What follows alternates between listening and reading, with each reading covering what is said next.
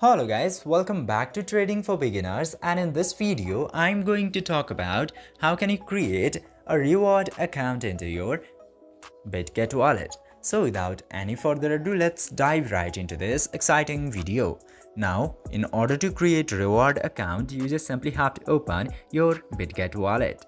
And after opening the Bitget wallet, you will get to see this 4-circled icon into the top left corner.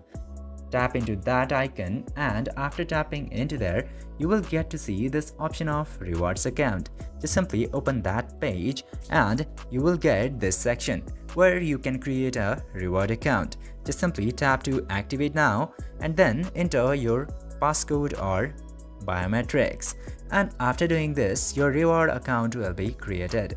And you can read what is a reward account.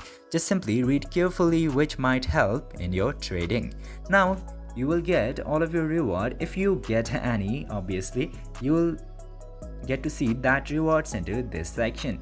Just simply check each rewards for your each crypto. This way you can very easily create a reward account into Bitget wallet.